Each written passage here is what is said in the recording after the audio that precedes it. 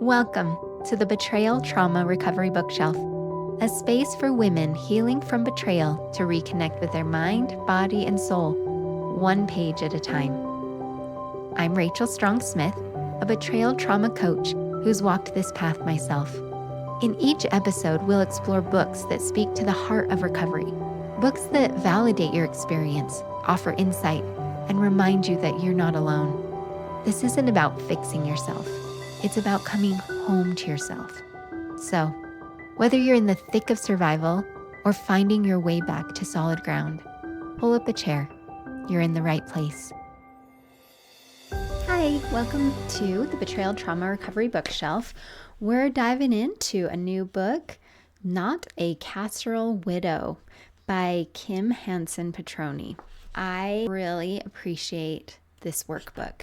Kim offers a really unique perspective and way to work through this workbook. She's very somatically informed and describes with metaphors and stories really the experience of betrayal and subsequent divorce. I am just going to do an overview of some of the things that Kim talks about. And I hope that if you have a chance to go to the interview that I had with Kim in the episode prior to this one, and you can hear her experience and her process, and it was just a really great experience. Kim offers in volume 1, I'm just going to do an overview of volume 1. She offers different emotions and experiences and then gives some questions, some ideas, some stories, some things for you to consider and to reflect. And she does a really great job of walking you through it very slowly, really taking the time to be with you. It really feels like she is right there with you. So the first chapter is, the first section is faith. So she goes into what faith looks like, what it means for you, what it looks like for you. And then she talks about, the next section is about your voice and reclaiming your voice. It is so beautiful. She offers a really amazing metaphor of a prison.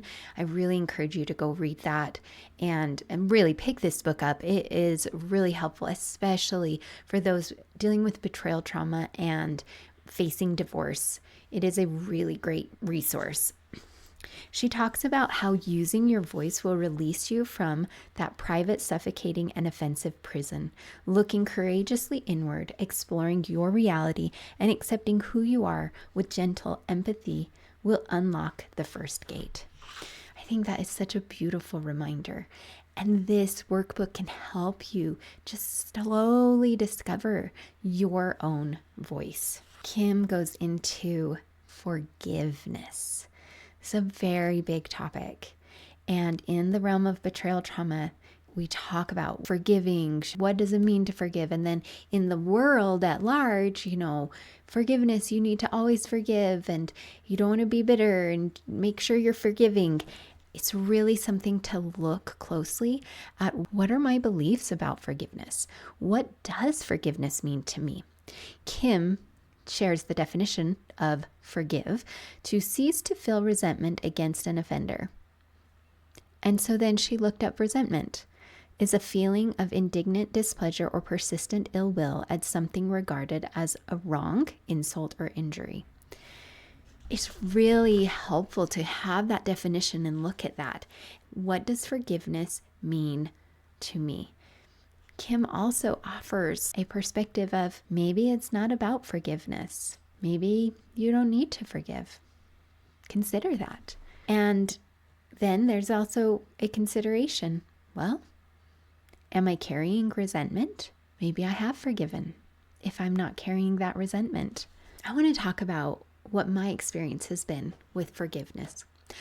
I thought forgiveness meant that everything went back to normal. Somehow it erased the offense. And so I lived in a cycle of my husband would betray me with various acting out behaviors, and then I would catch him, and then I would be upset, and then I would forgive him, and then it would all go back to as if it had never happened, and then the same cycle would happen over and over again. I thought it was my responsibility as a kind person, loving spouse, to forgive, and then it was supposed to be okay. What I realized later on in recovery is that forgiveness does not equate relationship. So what I mean by that is that I can forgive, meaning I can cease to feel resentment. And resentment, right, is a feeling of indignant displeasure or persistent ill will. So I can do that work, and whatever that looks like, trauma processing, somatic processing, truly when I am ready, then I'm not carrying that resentment. And I cannot continue a relationship with somebody that I have forgiven. I'm going to tell you a story about a relationship that I have it's not my spouse. As I was starting to really understand and maintain my boundaries with this particular individual, I told her that I would no longer be engaging in these conversations where there was disrespect and dishonor and really a lot of blaming, manipulation, things like that.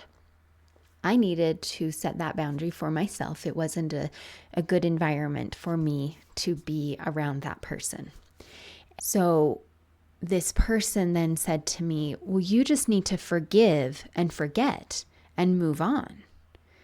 And I thought about that and I said, well, I have forgiven. And I did not have this discussion with this person. It wasn't safe to have this discussion. And I just reflected on it for myself that, oh, I have forgiven. I do not carry resentment for you for the hurtful behaviors that have happened. They are hurtful and I am healing from them. And I don't see any change on that person's side. I have worked through and processed the emotions and the trauma that I have experienced at the hand of this person. And I can wholeheartedly say I have forgiven them. I also maintain no contact with this person currently. I will continue to hold no contact because it isn't a safe place for me to go in. I have enough of a vantage point that I can see it isn't safe for me. There is no change. There is no amends. There isn't room for me to come in safely. That has nothing to do with whether I've forgiven or not. That is just boundaries. So I don't hold ill will or resentment towards her. That is for her to work through for her own self. I don't forgive her so that she can come back and continue to hurt me. That isn't what forgiveness looks like. And I'm not sure where that came in my head as if that is what forgiveness looks like. I have since looked at that core belief and challenged it and tried some different things. And I have found a lot more peace in maintaining my boundaries. And it really relieves the resentment because I have the boundaries. I am accountable for keeping myself at the safe distance from this person who has demonstrated with patterns of really hurtful behavior for me. Was this easy? No, it was not. Did I come to this conclusion lightly? No, I did not. I've really considered what I need, and I do grieve this relationship. I am sad that the distance that I need to be from this person is large.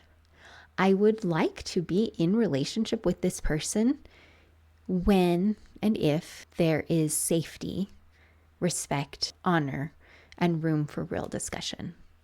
That's what, on my side, that is what forgiveness looks like for me in practice, and it has shifted for me. And I see a lot of my clients come in with this confusion around what forgiveness is, especially if they come in with a lot of morality and values around forgiveness and really looking at, well, what does that really mean? And that's about diving in deep for what you need for your own understanding of forgiveness. That is about looking into your core beliefs about what has happened. What do you believe about forgiveness? That's the real work here. Because you can hear what mine is and my definition. You can hear Kim's, you can hear other people's. But what does it really mean for you? That's the real work. All right, let's take a look. The next one is trust. So Kim talks about trust in here. And I really appreciated her description of what trust looks like. She really gives a really great metaphor for looking at what happened in this space of trusting. The thing that really stood out to me that Kim talks about is that when betrayal trauma hits, there are two parties, you, who does not know about the secret sexual acting out behaviors, and your partner who knows about the secret sexual acting out behaviors. So you come in and you are trusting this person is showing, speaking, and acting in accordance to everything that you can see. So you trust that. You really believe and trust that everything you see is what is actually happening because you yourself are showing up with exactly what you have. So why wouldn't your partner? Your partner, and this is a common metaphor, a secret sexual basement. Your partner has a secret sexual basement that he doesn't tell you about. And he continues to live two separate lives, one on the upstairs floor and one in the basement. So he is operating up here, and then he is compartmentalizing and living his second life down here. And you don't know about it. You get whiffs of fumes, you wonder, you ask about it. He says it's nothing. So why would you not trust? And this is a big one. A lot of my clients feel like I am so stupid for not knowing, for trusting him, for believing him. And that one is a hard one to work out because it comes at, and there's a lot of shame around that. And so with my clients, what we work through is, what does that really mean for you? Where do you feel it in your body? What is it like? It's a lot of processing. It's not just, well, of course you didn't know, you're not stupid. If that worked, then we'd all be fine because everyone already has all the advice for us. But really, it's about taking the time to look at what that really felt like to have your trust destroyed. And it hurts. And usually when we go to, I'm so stupid for not knowing, it's actually a way to avoid the real deep hurt that my trust was so broken and I don't even know where to stand anymore. That's the real deep emotional experience of having someone break your trust. All right, let's take a look at a few more words. Confusion. Betrayal trauma is one of the most confusing places. Let's just say it how it is. It is incredibly confusing. It is chaotic. And there is a person who is close to you in your life who is actively deceiving you. Doesn't matter the intent.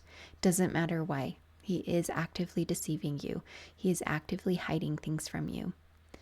That adds to the confusion. He is actively gaslighting you to protect his own reality. That is what happens.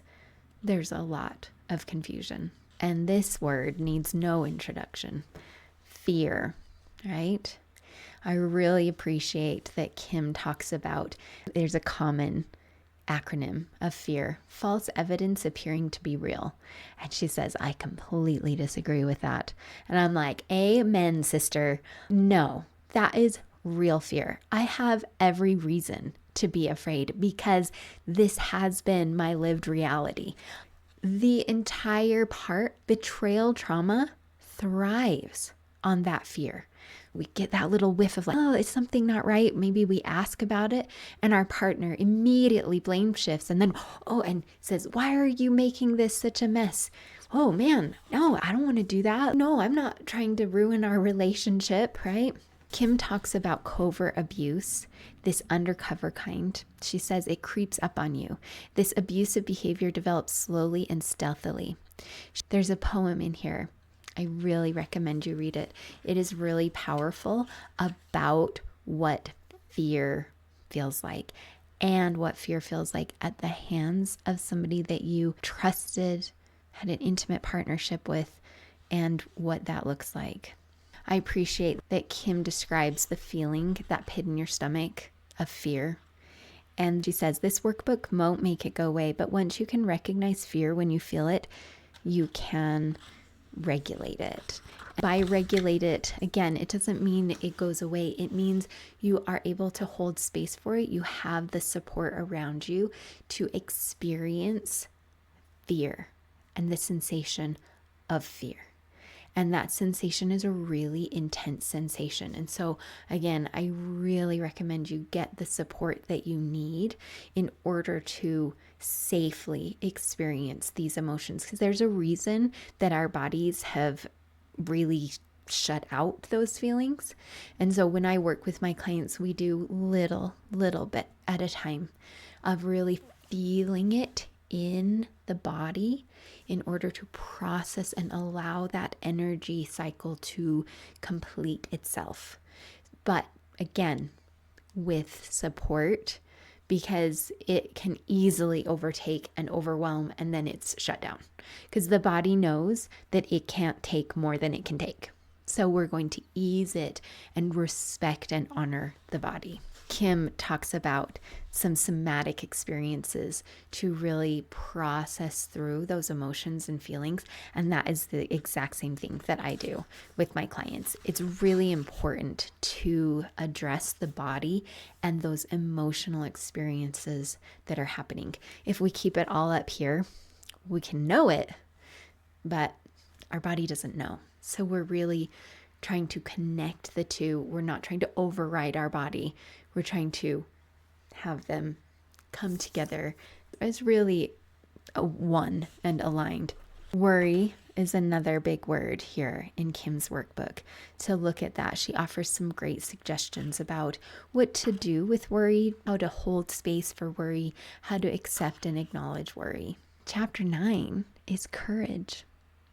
I really love this word. It takes so much courage to come into this space and really open your eyes, look at reality, feel the emotions and the experience that you've had. Kim discusses that there are light weights of courage and heavy weights of courage. I really liked this analogy because we're not coming in doing 300-pound things and setting that huge boundary right now. No, we're doing little tiny things. Here's one of her light weights. Asked a waiter to take back an uncooked meal. That takes enormous amounts of courage, especially when we have not been using our voice to do these little things. A heavy weight is starting a new career.